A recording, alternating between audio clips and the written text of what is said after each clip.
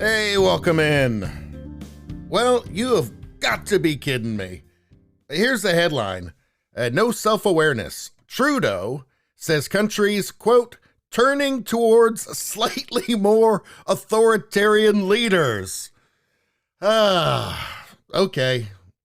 This is not long after the authoritarian crackdown on the truckers, on the peaceful protests against authoritarian mandates. I mean, you just can't make this up. You really can't. And if you wonder how he can be so shameless, well, he does it with the cooperation of a compliant media that is dependent on him to shower it with lots and lots of federal money. But anyway, let's see, quote, we see a bit of slippage in our democracies. Countries turning towards slightly more authoritarian leaders. You don't say so, Justin. Bring somebody to mind. China. There's a level of admiration I actually have for China because their basic dictatorship is allowing them to actually turn their economy around on a dime and say we need to go green as fast as we need to start investing in solar. Yeah, it brings you to mind.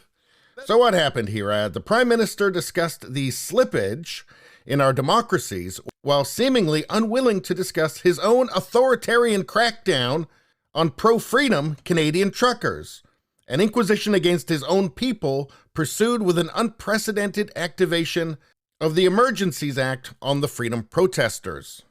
Quote, we've come to a moment that, quite frankly, we've seen coming over the past years. I know, we have seen it. We've seen it from you. Anyway, he told this to the Ukrainian community in Etobicoke. Quote, we've talked about it in the news, not just about Ukraine, but about democracies around the world, that we see a bit of a slippage in our democracies. The truckers, I think, might have had something to say about that too. Quote, countries turning towards slightly more authoritarian leaders. Again, you can't make it up. Countries allowing increasing misinformation and disinformation to be shared on social media, turning people against the values and principles of democracies that are so strong. You mean like peaceful protest? Because the misinformation that I saw was on the CBC and corporate media in Canada. But hold on, I've got a clip here of him talking about misinformation and disinformation.